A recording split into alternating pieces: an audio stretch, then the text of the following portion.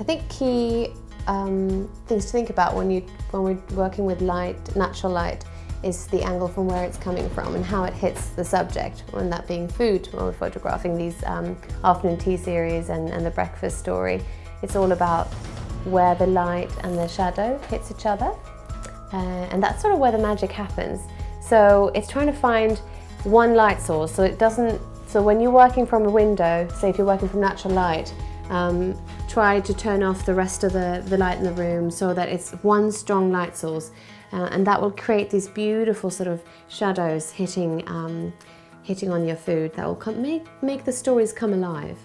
I think when you've created a scene, if it just doesn't work, take away objects one at a time, and sometimes it's just moving a spoon or a handle of a teacup that might just sort of be poking in the wrong direction. So work with those small details, so pay attention to them. If we're talking about telling a story with photos, and especially working with natural light, it is, again, all about where those shadows begin. That is what makes the key ingredient to making that story come alive.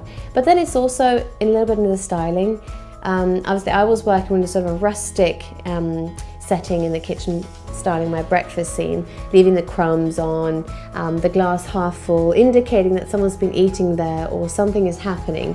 So it isn't just like a stale or a still life. But then again, those can be beautiful too. It all depends on the story you want to tell. So when you create it, be aware of what kind of story you want to tell, and be consistent in all your shots, so there's not crumbs in some and completely clean in others, that you have a consistent voice throughout your series when you capture the afternoon tea story.